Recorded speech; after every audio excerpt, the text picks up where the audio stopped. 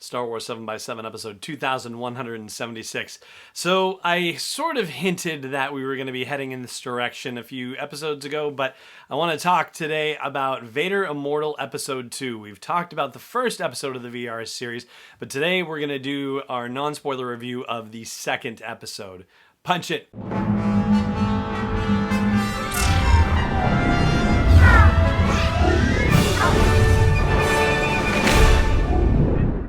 Hey Rebel Rouser, I'm Alan Voivod, and this is Star Wars 7x7, your daily dose of Star Wars joy.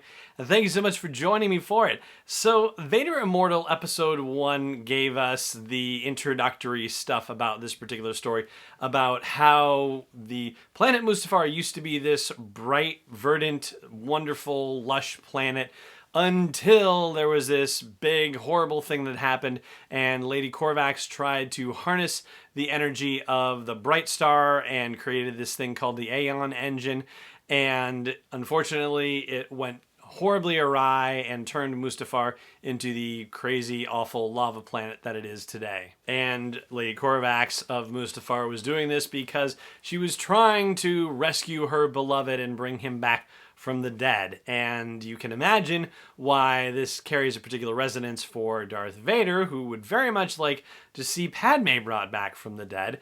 And so that is his whole motivation in trying to find the Bright Star. But unfortunately, only a descendant of Lady Corvax would be able to find the Bright Star, and that is how you, as the player in Vader Immortal, have been brought into this whole situation, because your character is a descendant of Lady Corvax, and he needs you to find the Bright Star. So the main thrust of Episode 2 is that Vader needs to train you to be able to accomplish this task. And that centers around what the big selling point is for this episode, which is the use of Force abilities. So Episode 1 was very focused on lightsaber combat and about being able to wield a lightsaber in VR. So Episode 2 is very much about learning how to use the Force and operate that in VR. From a functional perspective, what that means is that you can catch things that are thrown at you, you can grab things that are in the environment, you can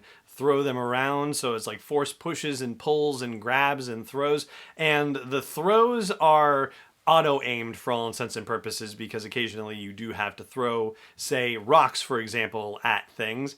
And if you were just relying on your own aim only, yeah, the game might take a little longer, but thankfully the game helps in that regard, so that way you can deliver your force-thrown objects on target. Now, I will say, on the one hand, that the experience of using the Force in VR is kind of similar in a way to the Lego Star Wars games, where if you operate as a Force character in the Lego Star Wars games, you get to, make Lego pieces assemble, or sometimes you can make them, fall apart, that sort of thing, or you can, manipulate characters in the environment.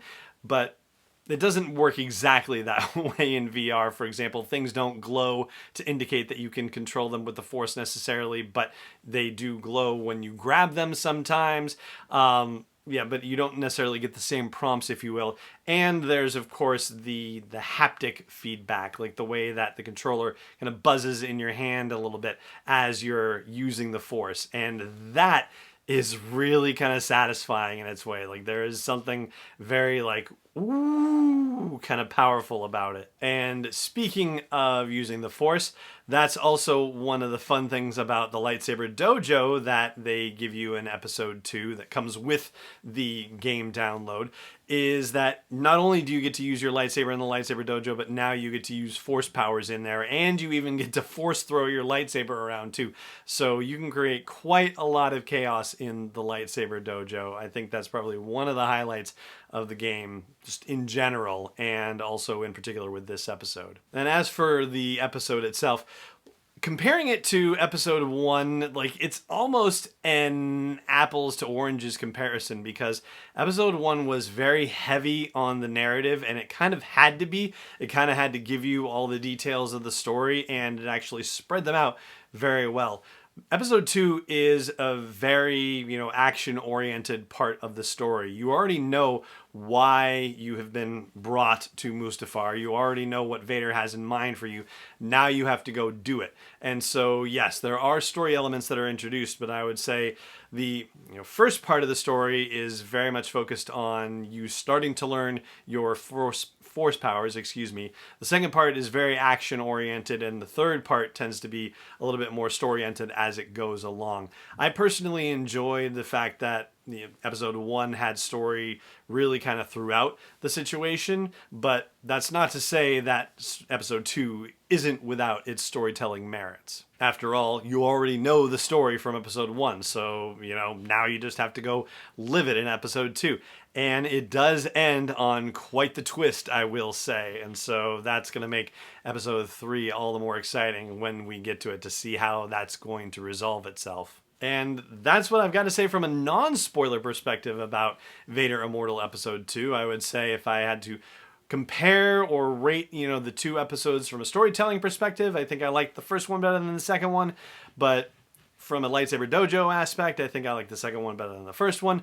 But both of them are really good fun. And honestly, the whole VR thing, this is our first major in-home VR situation, and it's pretty darn cool. They have done a great job with this out of the gate. So I think it also makes me very hopeful for what we're going to encounter with episode 3, and also whatever they have up their sleeves for us in future storytelling as well. All right, that's going to do it for our episode of the show today. Thank you so much for joining me for it, as always, and may the Force be with you wherever in the world you may be. Star Wars 7x7 is not endorsed or sponsored yet by Lucasfilm Limited, Disney, or 20th Century Fox, and is intended for entertainment and information purposes only. Star Wars, the Star Wars logo, all names and pictures of Star Wars characters, vehicles, and any other Star Wars-related items are registered trademarks and/or copyrights of Lucasfilm Limited or their respective trademark and copyright holders. May the Force be with them. All original content is copyright 2020 by Star Wars 7x7. We hope you love it.